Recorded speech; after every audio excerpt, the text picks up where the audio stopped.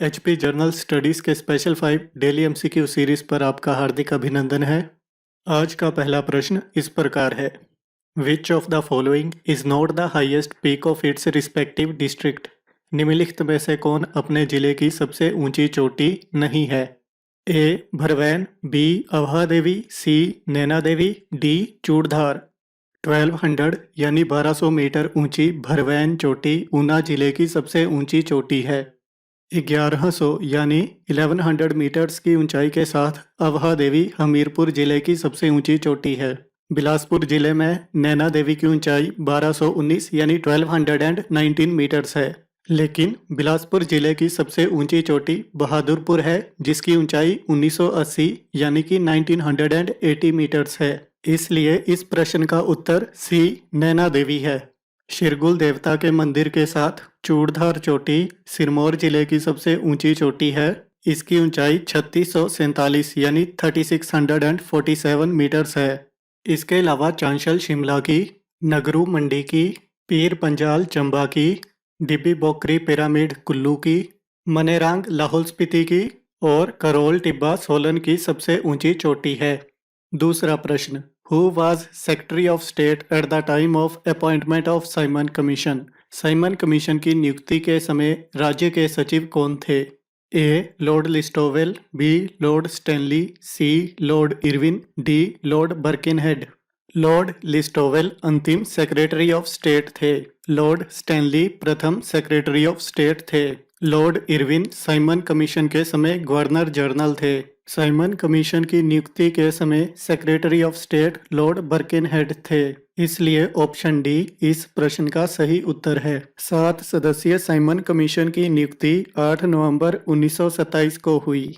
3 फरवरी सन 1928 को Simon commission Bombay पहुंचा। संवैधानिक सुधारों के लिए सुझाव देने के लिए कमीशन को नियुक्त किया गया था, लेकिन इसके 7 सदस्यों में कोई भी भारतीय नहीं था। साइमन कमीशन के विरोध में रैलियां और हड़तालें हुई। साइमन कमीशन गो बैक के नारे लगा और काले झंडे दिखाकर लोगों ने अपना विरोध प्रकट किया।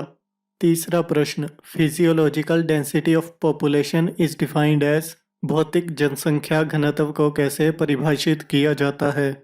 Option A total population divided by area, option B total agricultural population divided by net cultivable area, option C total population divided by net cultivable area, option D total area divided by total population. यह question district manager के paper में पूछा गया था। Paper में C option में cultivable की जगह कल्टीवेटेड लिखा था, जो कि गलत है। फिजियोलॉजिकल पॉपुलेशन डेंसिटी या भौतिक जनसंख्या घनत्व कुल जनसंख्या को कुल कृषि योग्य क्षेत्र से विभाजित करके निकाला जाता है। Total population divided by net cultivable area. Cultivable area वह क्षेत्र है जिस पर कृषि की जा सकती है। इसे एयरेबल एरिया भी कहते हैं। कल्टीवेटेड एरिया का अर्थ है जिस पर वर्तमान में कृषि की जा रही है। भौतिक जनसंख्या घनत्व बढ़ती आबादी की भविष्य के लिए खाद्यान्न सुरक्षा को दिखाता है। ऑप्शन सी इस प्रश्न का सही उत्तर है। चौथा प्रश्न, which article declares vice president as ex officio chairman of Rajya Sabha? किस अनुच्छेद में उपराष्ट्रपति को राज्यसभा का पदेन अध्यक्ष घोषित किया गया है? Option A article 65, option B article 66, option C article 67, option D article 64। इस प्रश्न का सही उत्तर अनुच्छेद 64 यानी आर्टिकल 64 है। अनुच्छेद 65 में बताया गया है कि राष्ट्रपति के न होने पर उपराष्ट्रपति राष्ट्रपति का कार्यभार संभालेंगे। आर्टिकल 66 में वाइस प्रेसिडेंट के चुनाव की प्रक्रिया का वर्णन है। आर्टिकल 67 में बताया गया है कि उपराष्ट्रपति का कार्यकाल 5 वर्षों का होगा। उपराष्ट्रपति को वेतन राज्यसभा अध्यक्ष के रूप में ही मिलता है। यह प्रावधान आर्टिकल 97 में दिया गया है।